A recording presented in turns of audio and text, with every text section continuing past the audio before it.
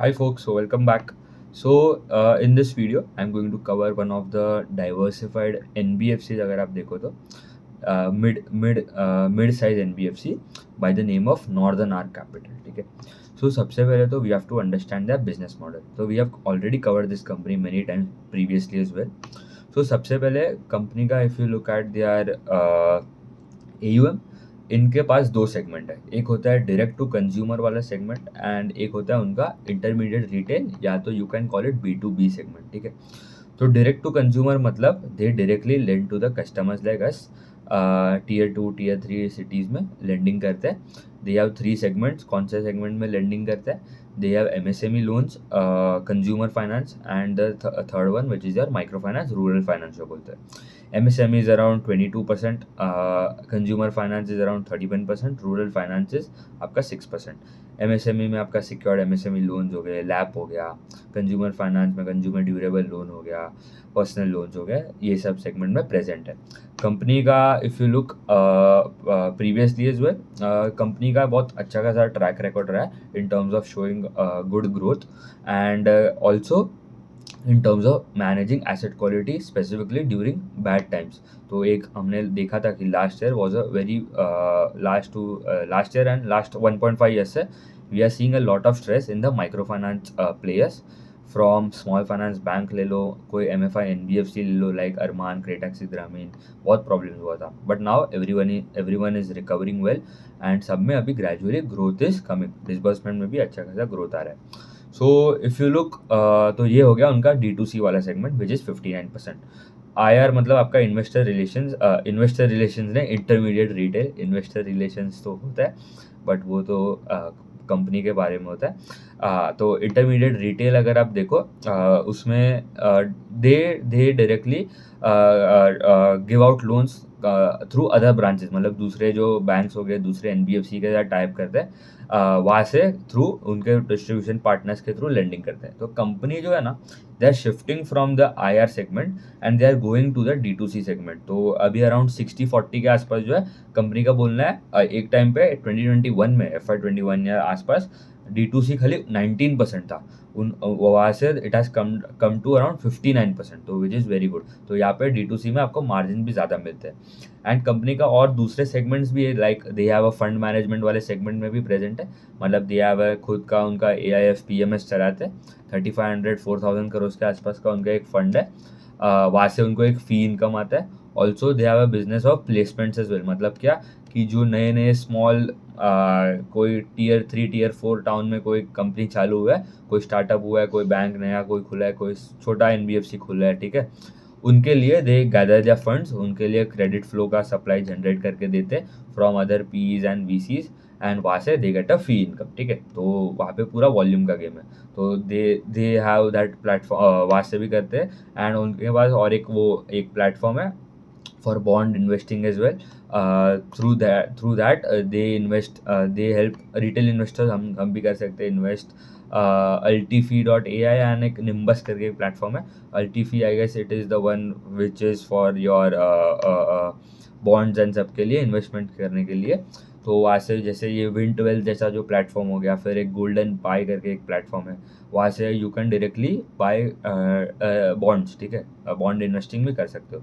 तो similar to that they have launch that, बहुत पुराना है मतलब। तो वहाँ से भी उनको एक फीस इनकम जैसा मिलता है। ठीक है, तो अभी आ जाता है उनके नंबर्स पे। अभी इनका साइज़ कितना है? AUM का size it is around 16,600 crore का उनका AUM का साइज़ है।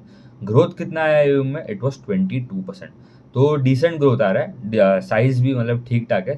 15-16 हज़ार करोड़ का उनका AUM है and they have grown by 22%। Company का एक्चुअली था कि ये साल उनका 22% का ग्रोथ का गाइडेंस था, उन्होंने वो अचीव कर लिया which is 22%। Next year company is aiming around 22-25% growth and उसके बाद उनका मीडियम टर्म गाइडेंस है कि 25 से 28% का कैगर जनरेट कर सकते हैं in terms of AUM growth, तो which is also very good.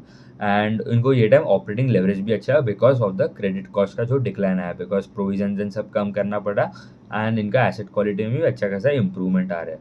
तो पीपॉप में खाली ग्रोथ आया था 17%, बट पैट में there was a jump of 250% Y and पूरे साल का अगर आप देखो तो पीपॉप में ग्रोथ आया था 21%, पैट में ग्रोथ आया 33%। निम्स में एक्सपांशन आ रहा है। NIMS for full year FY26, last FY25 में 9.1 था, 9.4 हो गया अभी for full year FY26। And उनका जो कॉस्ट ऑफ फंड है that is on declining phase. Incremental cost of fund भी थोड़ा सस्ता है, तो that is also helping them to improve their NIMs. तो cost of funds incremental if you look 9.3 था वर्सेज अभी 8.7 हो गया। एंड ये Q4 के लिए इट वाज अराउंड 8.5, तो that is also much better. ROA return ratios में भी अच्छा खासा इंप्रूवमेंट आ रहा है। ROA has expanded from 2.7 to 3.3। ROE around 10% से अभी अराउंड 14% के आसपास आ गया है। कंपनी का बोलना है कि ROA का जो गाइडेंस है इट वुड बी 3% प्लस, जो उन्होंने ये क्वार्टर में अचीव किया। फुल ईयर का अगर आप देखो ROA it was around 2.8। Company का बोलना है कि 3% प्लस हो सकता है in coming years. And ROE का नंबर उन्होंने बोला मिड टीन, मतलब 15, 16, 17% के आसपास का उनका ROE हो जाएगा, जो अभी दे हैव क्लोज्ड FY26 पूरा साल on 11% ROE। Also in terms of उनका जो फी इनकम जो था as a percentage of the total AUM, that is also improving and 0.9% था लास्ट क्वार्टर, वो अभी 0.8, 0.7% के आसपास है। ओपेक्स भी ग्रेजुअली डिक्लाइन हो रहा है एंड अभी स्टेबल है अराउंड 3.6%।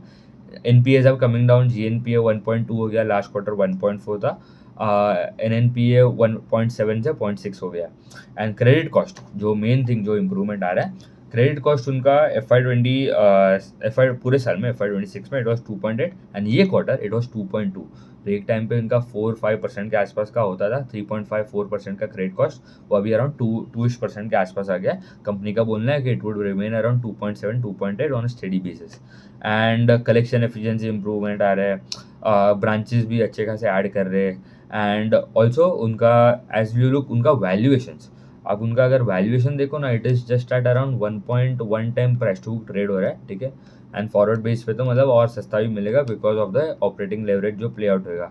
तो you are getting a company जो 1x प्राइस टू बुक पे ट्रेड कर रहा है, which is growing at around 22-25% के आसपास से। एंड उनका आउटलुक है ये साल तो 22-25, next year onwards medium term उनका जो आउटलुक है विच इज़ अराउंड 25 से 28% क्या गया, मतलब 25-30% का ग्रोथ इंजन मिल रहा है with improving margins, NIMS improve हो रहा है, रिटर्न रेशियोज इम्प्रूव हो रहा है, ऑपरेटिंग लेवरेज प्ले आउट हो रहा है, क्रेडिट कॉस्ट डिक्लाइन हो रहा है एंड आपका NPS भी कम हो रहा है। तो अभी it is a good company to look, ठीक है। कोई रिकमेंडेशन नहीं है, you have to do your own analysis. And ये जो ROE का जो नंबर है दे आर टोल्ड कि 18% के आसपास जो होएगा, अभी अराउंड 11% था FY26 में, it can improve in coming couple of years, ठीक है। इन मीडियम दो साल में आसपास आराम से 18% प्लस के आसपास का उनका ROE हो सकता है। And collection efficiency specifically MSME वाले सेगमेंट में इम्प्रूवमेंट आ रहा है, अच्छा खासा इम्प्रूवमेंट आ रहा है from 97.8% from in September of 2025, it has gone to around 99.4% in March of 2026, तो that is also good।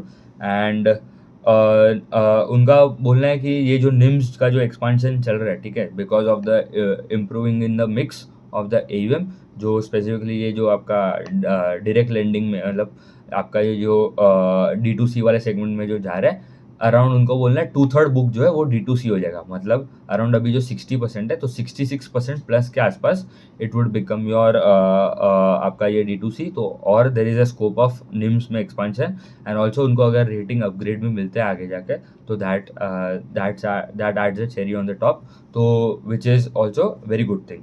सो अच्छा कंपनी है, गाइडेंस अच्छा है, आउटलुक अच्छा है, 1 टाइम प्राइस टू बुक में मिल रहा है for a company that is growing at 24-25% के आसपास का उनका आउटलुक है।